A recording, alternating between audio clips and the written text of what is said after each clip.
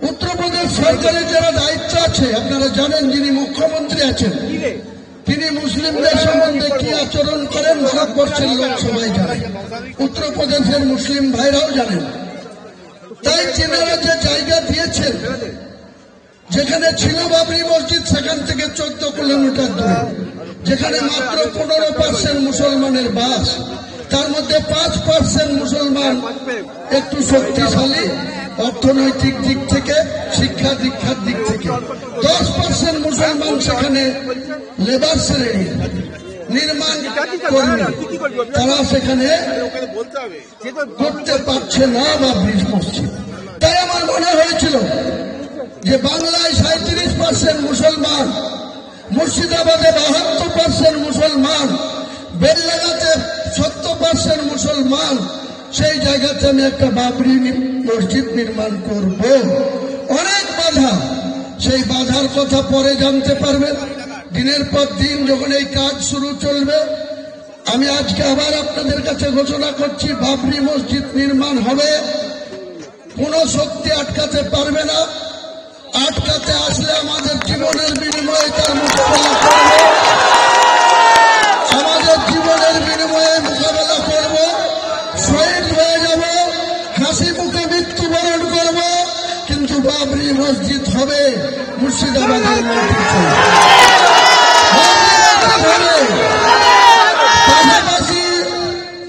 পাশাপাশি একটা ইসলামিক 500 বেডের একটা হসপিটাল হবে। এই যে আমাদের সরকার, স্বাস্থ্য দপ্তরের মন্ত্রী মাননীয় মুখ্যমন্ত্রী, পুলিশ দপ্তরের মন্ত্রী মাননীয় মুখ্যমন্ত্রী, মাইনরিটি দপ্তরের মন্ত্রী মাননীয় মুখ্যমন্ত্রী, আরো অনেক দপ্তর নিয়ে তিনি বসে আছেন।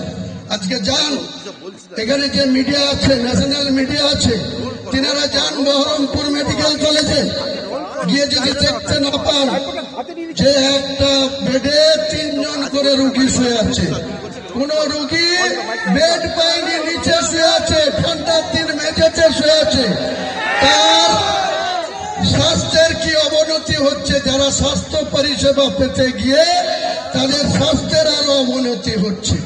আর এই সরকারের নেতৃত্বরা আমাকে বাবরি মসজিদ করতে বাধা দিচ্ছে। এর জবাব গোটা বাংলার মুসলমান সমাজ আগামী দিনে এই সরকারকে দেবে। বাংলার মুসলমানের কাছে আমি আবেদন করব, বাংলার মুসলমান সমাজ, এখানে বাংলাতে 7,66,00,000 ভোটারের মধ্যে 2,82,533 জন মুসলমান ভোট আছে। 2,82,533 জনের মধ্যে মাত্র 40 লক্ষ নন বেঙ্গলি মুসলমান ভোট আছে, আর 2,42,533 জন বাঙালি মুসলমান ভোট আছে। এই বাঙালি মুসলমানদের কাছে আমার আবেদন, আপনারা নিজেদের জায়গায়, যেখানে 42% থেকে 82% পর্যন্ত মুসলমান মেজরিটি সিট আছে 90খানা, এই 90টা সিটে আপনাদেরকে মুসলমানদের জনপ্রতিনিধি বিধানসভায় পাঠাতে হবে। চক্রান্ত করে মমতা বন্দ্যোপাধ্যায় 2011-তে 13 মে যেদিন রেজাল্ট হয়েছিল, সেদিনকে 67টা মুসলমান এমএলএ ছিল।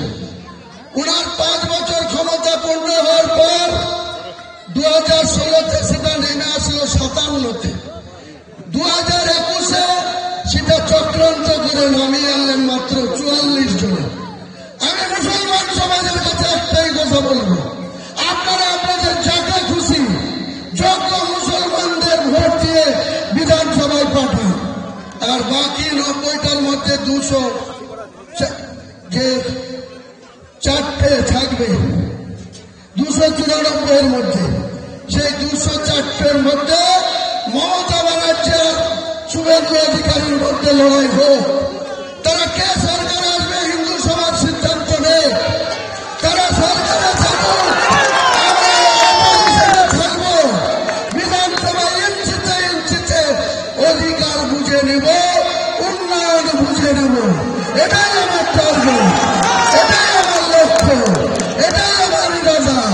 এতে আপনারা আমাকে মন চাইলে নেতা মানবেন, না মানলে যাকে খুশি নেতা মানুন।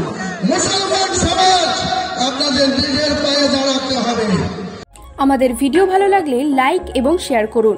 কমেন্ট সেকশনে গিয়ে জানান আপনাদের মতামত। আরও ভিডিও পেতে আমাদের চ্যানেল সাবস্ক্রাইব করুন এবং প্রতি মুহূর্তে খবরের আপডেট পেতে প্রেস করুন বেল আইকন।